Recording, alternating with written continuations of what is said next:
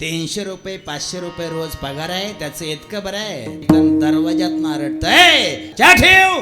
चुलीपाशी जास्त खेड्यातल्या मजुराचा चहा तयार आहे. परातीत वतून 2 जण चहा पितात. वाढ भाकर 3.5 कुस्करून खातो, 2.5 बांधून नेतो. ज्याच्यात कामाला गेला का त्या चिचल्या नेऊन अशा भाकरी बांधल्या, सहज लाईटीकडे लाईट नाही जाहीर केलं मजुरानं. इटकर उशाला घेतले आणि चिचकायला ठेवून 10:30 वाजता दिले. 11:30 वाजता झोपे गेला. 11:45 वाजता मालकाचा मुलगा मोटरसायकल आला आणि मजूर झोपलेला बघून त्यानं हाक मारली, दादा तेव्हा झोपला काय, दम देऊ नको, मला लाईट नाही तर उद्या दुसरीकडे भर लावूंडा बांधला.